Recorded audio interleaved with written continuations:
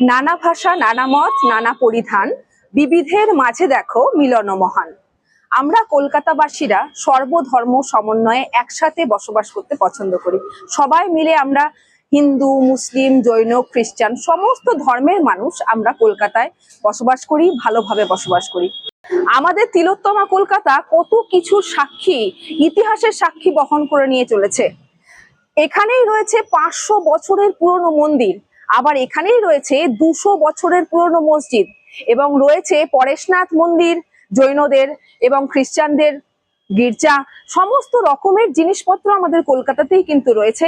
সেই জন্য আজ থেকে আমাদের একটা নতুন সিরিজ স্টার্ট হচ্ছে, যেই সিরিজে থাকবে প্রাচীন নবীন সমস্ত রকমের ধর্ম প্রতিষ্ঠান। সেখানে মন্দির, মসজিদ, গির্জা, সমস্ত রকমের ধর্ম প্রতিষ্ঠানই আপনাদের সামনে তুলে ধরবো। এই সমস্ত নিদর্শনগুলো দেখতে গেলে চোখ রাখতে হবে আমাদের চ্যানেল সৌফির সাথেতে। আজকে হচ্ছে তার প্রথম পর্ব।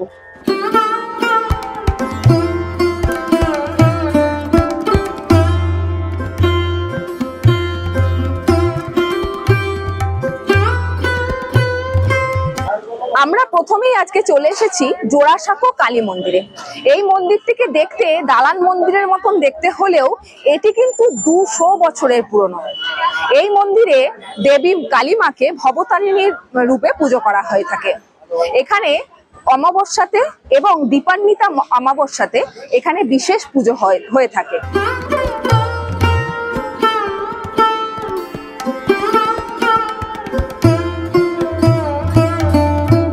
200 বছরের পুরনো জোড়াসাঁকো কালী মন্দিরের ঐতিহাসিক গুরুত্ব অপরিসীম।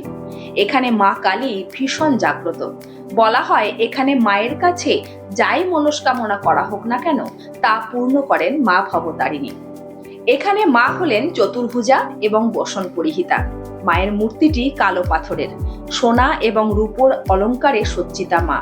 তার মাথায় রূপোর মুকুট এবং জিভ সোনার। মূল মন্দিরের বাইরে রয়েছে অন্যান্য অনেক দেবদেবীর মূর্তি। রয়েছেন শ্রী নারায়ণ এবং বজরংবলী। সামনে রয়েছে একটি হাঁড়ি কাঠ, যেখানে এখন প্রতীকী বলি যেমন আখ বা কুমড়ো বলির প্রচলন রয়েছে। এখানে নিত্য পুজো হয় এবং রাত 9টায় মায়ের শয়নারতি হয়।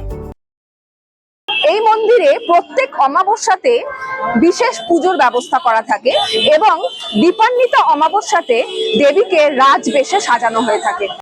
এই মন্দিরটির উল্লেখ পাওয়া যায় কলকাতা পুর সংস্থার তরফ থেকে 1840 সালে, এবং 1873 সালে এই মন্দিরটির সংস্কার হয়।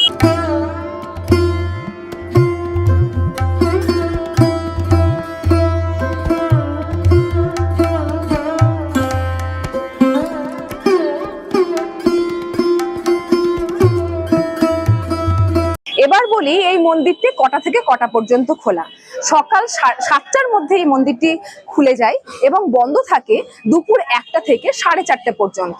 তার মানে সকাল 7টা থেকে 1টা পর্যন্ত খোলা, আবার 4:30 থেকে রাত্রির 9টা পর্যন্ত এটা খোলা থাকে। এই মন্দিরটি কোনোদিন বন্ধ থাকে না, সপ্তাহে 7 দিনই খোলা থাকে।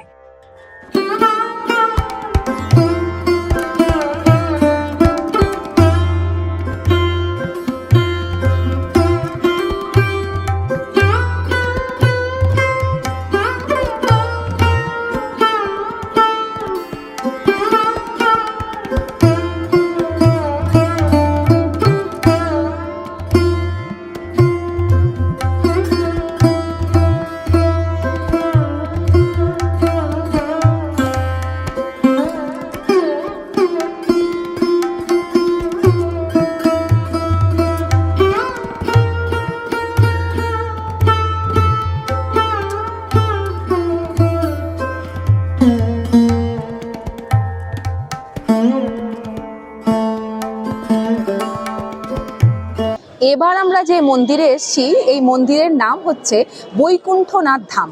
বৈকুণ্ঠনাথ হচ্ছেন ভগবান বিষ্ণুরই একটা রূপ।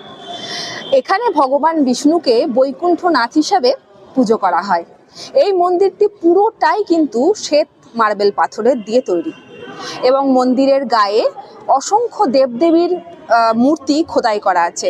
এর ভেতরের পরিবেশটা এতটাই শান্ত, এতটাই নিরিবিলি এবং এতটাই সুন্দর যে আপনাকে না মনে হবে আপনি ঘন্টার পর ঘন্টা এখানে বসে সময় কাটান।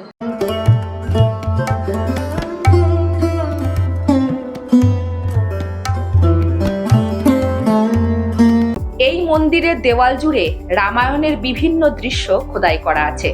ভেতরের শান্ত পরিবেশ ভক্তদের ভীষণ আকর্ষিত করে।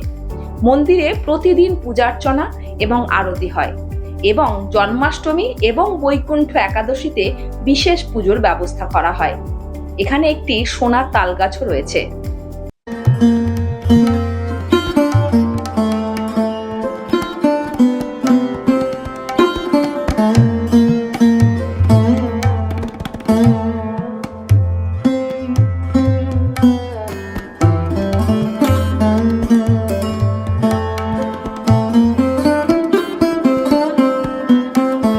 মন্দিরটি প্রতিষ্ঠা হয় 1960 সালে এবং প্রতিষ্ঠা করেন রাজা প্রতাপ নারায়ণ তিওয়ারি।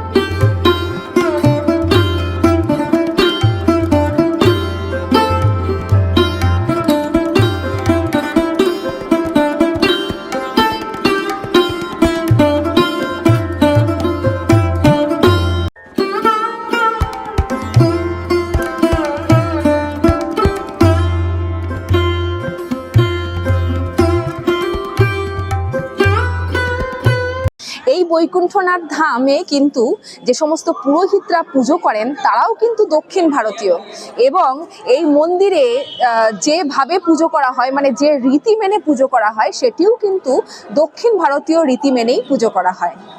এবার আপনারা বলবেন যে দক্ষিণ ভারতীয় রীতি জিনিসটা কি? দেখুন, আমি যতদূর জানি তাতে সেটুকু আপনাদেরকে বলছি। দক্ষিণ ভারতীয়রা সাধারণত সকালবেলা, মানে একদম ভোরবেলা উঠে স্নান টান করে পরিষ্কার পরিচ্ছন্ন জামা কাপড় পরে তুলসী গাছ, ওনাদের প্রত্যেক বাড়ির সামনেই একটা তুলসী দালান থাকে, সেই দালানে তারা তুলসীতে জল দেন, তুলসী মঞ্চটাকে ভীষণ সুন্দর করে পরিষ্কার পরিচ্ছন্ন করেন।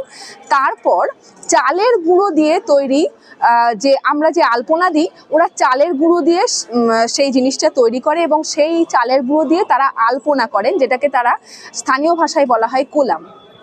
সেই আলপনা দেন, তারপর তারা ফুল ফল মিষ্টি এবং দুধ দিয়ে এই ঠাকুরকে পুজো করেন, এবং এটাই হচ্ছে এই তাদের পুজো করার প্রধান অঙ্গ।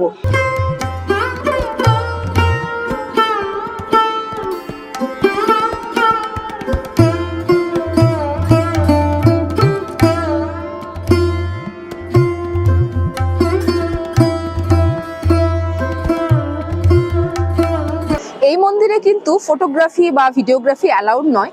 আমি মন্দির দর্শন করে এলাম, দেখলাম বৈকুণ্ঠনাথ অর্থাৎ ভগবান বিষ্ণুর একটি রূপ। তার দুপাশে দুটি দেবী রয়েছে, এক পাশে রয়েছেন শ্রীদেবী মানে মাতা লক্ষ্মী, এবং আর এক দিকে রয়েছেন ভূমিদেবী বা ভূদেবী। এই মন্দিরের দর্শনের টাইম হচ্ছে ভোর 5:30 থেকে 11টা এবং বিকেল 4টা থেকে রাত 8:30 পর্যন্ত।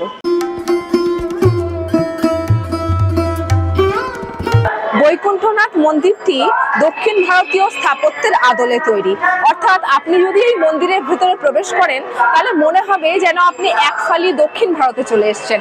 পুরো পরিবেশটা এবং এখানকার স্থাপত্য থেকে শুরু করে এখানকার মন্দির সমস্ত কিছু একেবারে দক্ষিণ ভারতীয় স্থাপত্যে এবং আদলে তৈরি।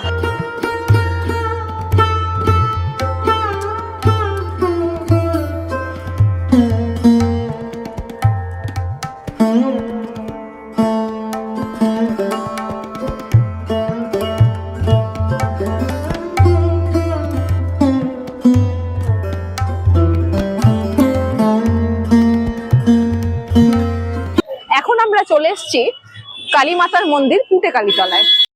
এটি কিন্তু 500 বছরের পুরনো একটি মন্দির, মানে বুঝতে পারছেন কত পুরনো। সেই সময় দিল্লিতে রাজত্ব করছিলেন মুঘল সম্রাট আকবর, সেই সময় কিন্তু এই মন্দিরটা প্রতিষ্ঠা হয়েছিল। 500 বছরের পুরনো এই মন্দিরটি প্রতিষ্ঠা করেন তপস্বী এবং সাধক মানিকচন্দ্র বন্দ্যোপাধ্যায়। এখানে কালী পুজোর রাতে মা কালীকে ভৈরবী রূপে পুজো করা হয়ে থাকে।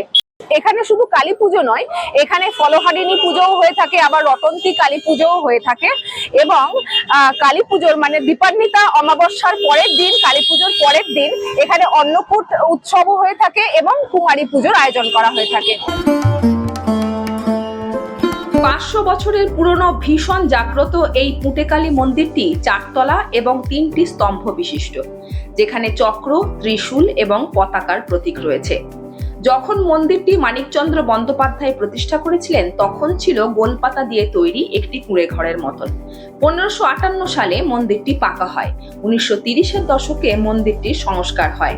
দেবী মূর্তি কোষ্ঠী পাথরের, পাশে রয়েছেন শ্বেত পাথরের শীতলা মূর্তি। এখানে মায়ের পুজো হয় তন্ত্রমতে। এই মন্দিরে পশু বলির চল এখনো রয়েছে। কালী পুজোর রাতে এবং মানতে ছাগ বলি হয়। এখানে মা সকলের মনস্কামনা পূর্ণ করেন। মন্দিরের গায়ে 10 মহাবিদ্যা স্তোত্র লেখা রয়েছে। পুঁটেকালী তলার নাম পুঁটেকালী হওয়ার পেছনে দুটো বিশ্বাস রয়েছে। প্রথম বিশ্বাসটি হচ্ছে খেলারাম বন্দ্যোপাধ্যায় বলে একজন পুরোহিত সেই সময় ছিলেন, তিনি তখন যজ্ঞ করছিলেন, হোম এবং যজ্ঞ করছিলেন। সেই সময় একটি খাল থেকে পুঁটি মাছ এসে সেই যজ্ঞের মধ্যে পড়ে যায় এবং সে দগ্ধ হয়ে যায়। তারপরে খেলারাম যখন সেই পুঁটি মাছটিকে তুলে জলে ফেলেন তখন দেখা যায় যে মা কালীর আশীর্বাদে সেই পুঁটি মাছটি আবার জীবন্ত হয়ে যায়। সেই জন্য এই মন্দিরটির নাম পুঁটেকালীতলা। আরো একটি বিশ্বাস আছে, সেটি ভীষণ ইন্টারেস্টিং, কিন্তু আমি জানি না। সবাই বলে নাকি পুঁটেকালী মাথা 6 ইঞ্চি লম্বা উচ্চতায়, কিন্তু আমি তো এখানে মন্দিরে এসে দেখতে পেলাম না যে মা এতটা ছোট বা খাটো। কিন্তু আপনারা যদি জেনে থাকেন বিষয়টা তাহলে অবশ্যই কমেন্টে জানাবেন। কিন্তু সেই বিশ্বাস অনুযায়ী যদি বলি তাহলে মায়ের মূর্তির উচ্চতা 6 ইঞ্চি, সেই জন্য এইটাকে পুঁটেকালীতলা বলা হয়।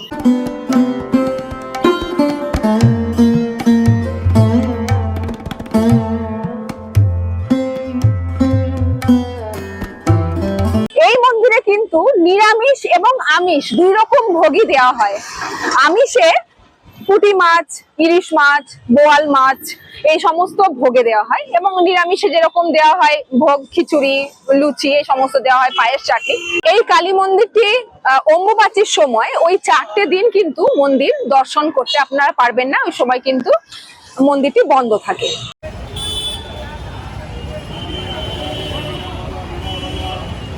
মন্দির তো দেখা হলো, এবার আসবেন কিভাবে সেটা জেনে নিন। আপনাদের যদি মেট্রো করে আসেন তাহলে মেট্রোর নিয়ারেস্ট মেট্রো স্টেশন হবে গিরিশ পার্ক। গিরিশ পার্কের 3 নম্বর গেট থেকে আপনারা যে দিক দিয়ে বেরোবেন সেদিক দিয়ে সোজা হাঁটতে স্টার্ট করবেন। সেখানে কিছুক্ষণ গিয়ে দেখবেন আপনারা 4 মাথার মোড়। সোজা গিয়ে 4 মাথার মোড়ে আপনারা ডান দিক বরাবর যাবেন পোস্তার দিকে বা গণেশ টকিজের দিকে। সেখান থেকে একটুখানি হাঁটলে, মানে মিনিট 5 হাঁটলে আপনি পাবেন এই পেট্রোল পাম্পটি, ভারত পেট্রোলিয়াম। এই পেট্রোল পাম্প থেকে জাস্ট 2 পা দূরত্বেই কিন্তু আরো একটা 4 মাথার মোড় পড়বে।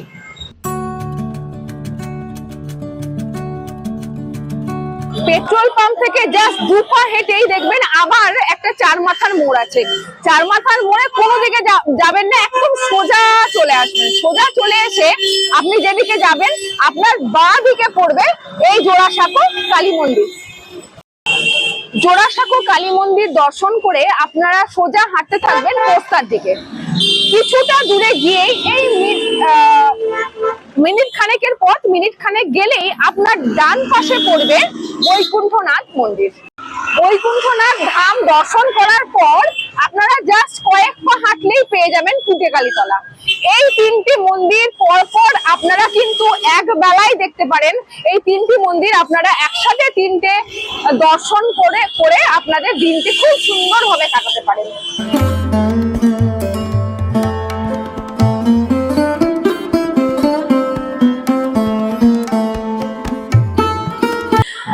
আজকে এতটুকুই। আজকে উত্তর কলকাতার 3টে ঐতিহাসিক এবং প্রসিদ্ধ মন্দির আপনাদেরকে দর্শন করালাম। আপনারা অবশ্যই এইরকম ভিডিও দেখতে চোখ রাখুন আমাদের চ্যানেল সৌফির সাথীকে, এবং ভিডিওটি কেমন লাগলো অবশ্যই কমেন্ট করে জানাবেন, এবং যারা নতুন আমার চ্যানেলে তারা কিন্তু অবশ্যই সাবস্ক্রাইব করে নেবেন। পরবর্তী ভিডিও কি আসতে চলেছে তার জন্য কিন্তু চোখ রাখতে হবে আমাদের চ্যানেলে। আজকের জন্য টাটা।